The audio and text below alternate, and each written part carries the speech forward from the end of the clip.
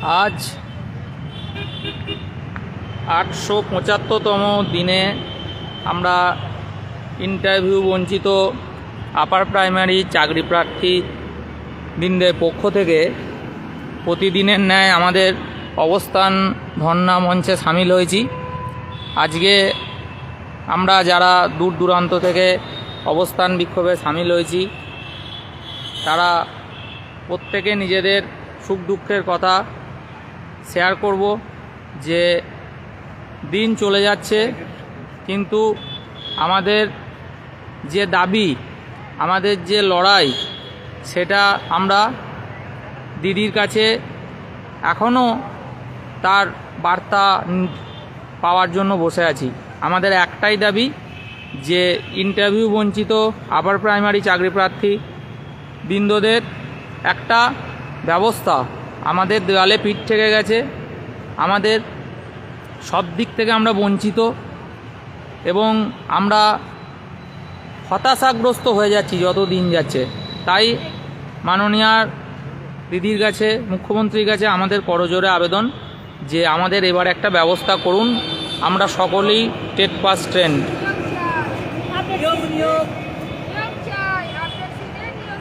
নিয়োগ নিয়োগ নিয়োগ চাই, নিয়োগ নিয়োগ নিয়োগ চাই।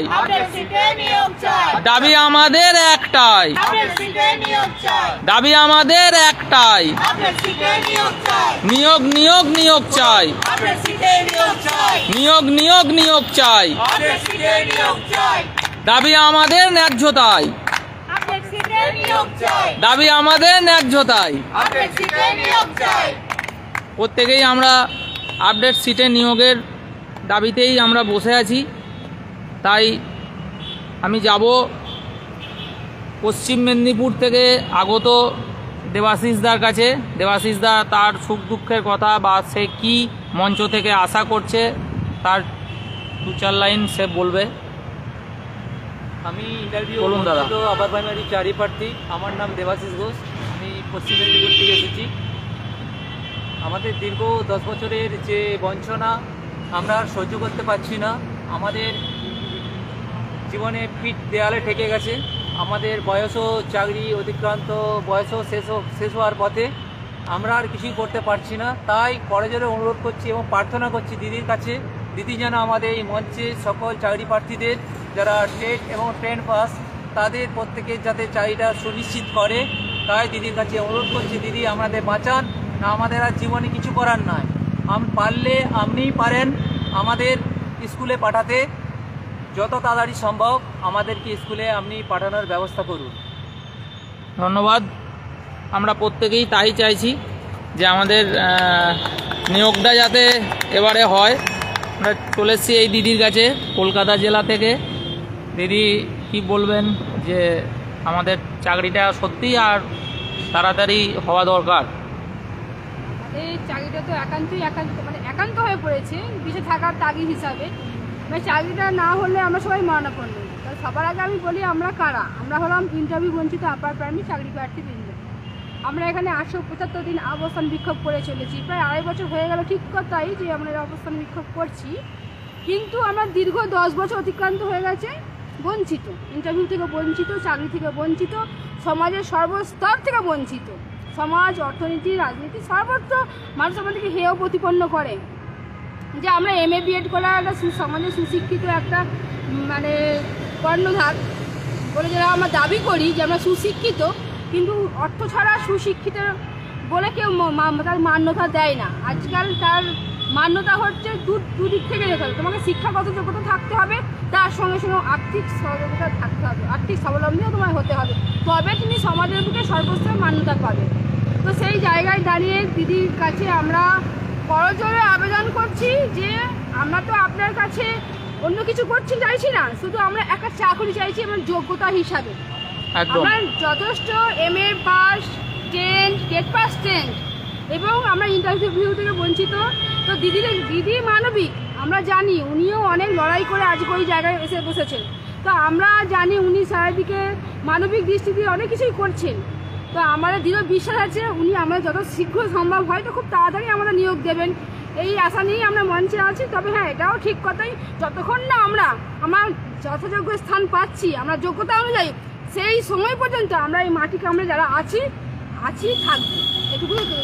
একদম একদম, আমাদের এটাই একমাত্র দাবি যে আমরা এই মাটি, মাতঙ্গিনী মায়ের মাটি আমরা ছাড়বো না।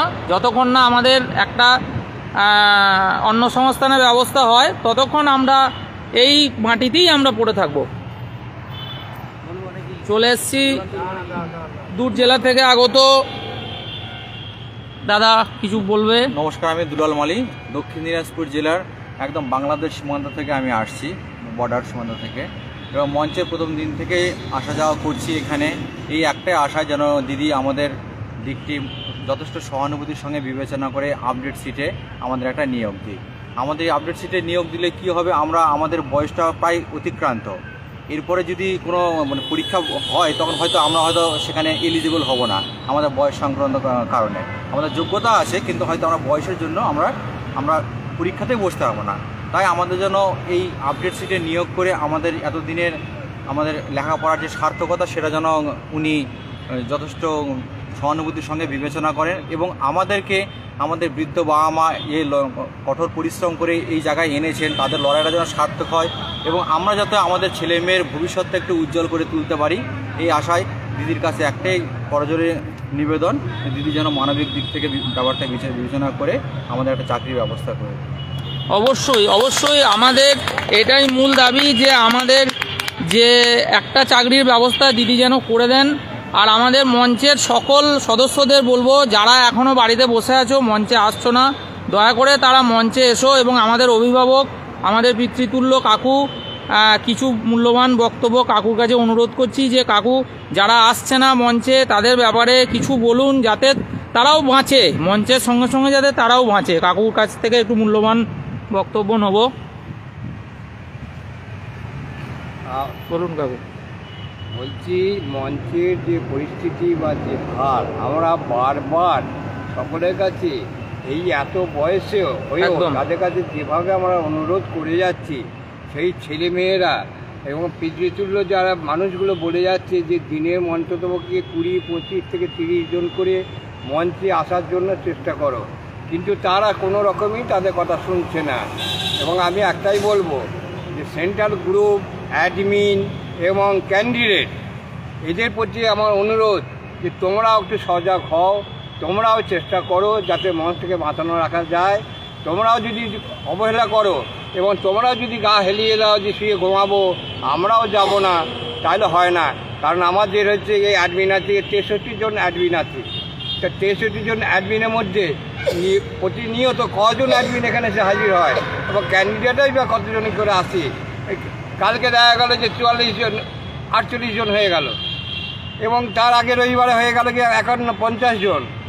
তারপরে আগের ভাটা 5, 10, 15, 20, 25 কোনো দিন আজ পর্যন্ত টানতে পারা গেল না। 3 মাস হয়ে গেল, ফর্ম ফিল আপ হয়ে গেল, সব কিছু ফর্ম ফিল আপও হয়েছে।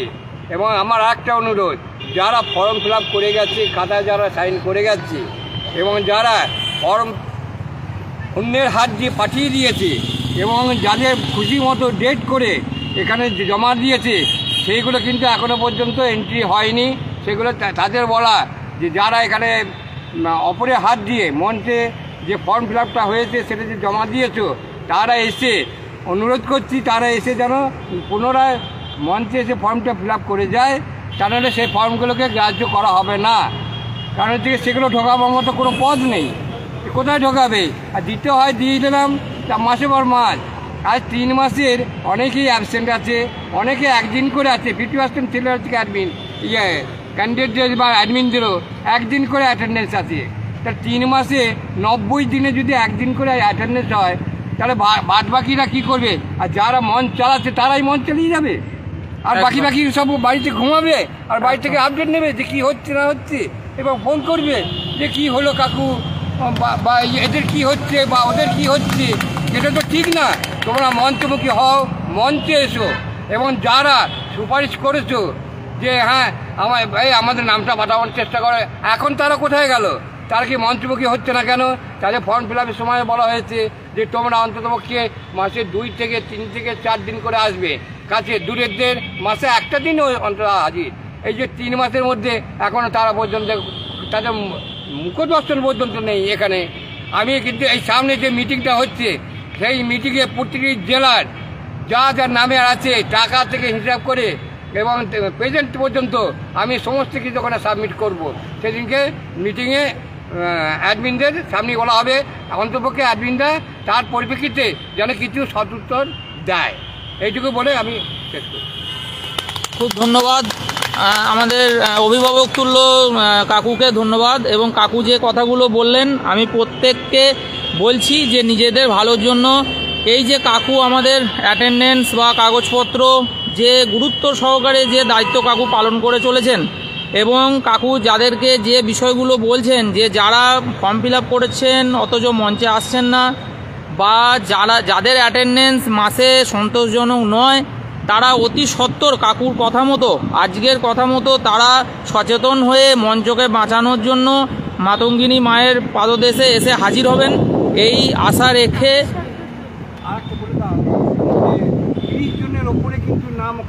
হ্যাঁ, আর একটা বিষয় কাকু আর একটা বিষয় একটু বলছেন, সেটা খুব গুরুত্বপূর্ণ একটা বিষয়। হ্যাঁ, কারণ এখানে আইবির একটা কথাই বলে যাচ্ছে বারবার যে আপনারা যদি 50 আসুন, 60 আসুন বা 100 জনই আসুন, সেখানে কিন্তু 30 জনের ওপরে নাম কিন্তু এখানে পাঠাবেন না। যারা 30 জন প্রথমে হয়ে যাবে 30 জনের সেই নামটা পাঠিয়ে দিন। আপনাদের খাতায় 100 জন হোক, তাতে আমার কোনো অসুবিধা নেই, কিন্তু 30 জনের ওপরে ওখানে যেন নামটা না যায়, এটা ওনারা বারবার বলে যাচ্ছে।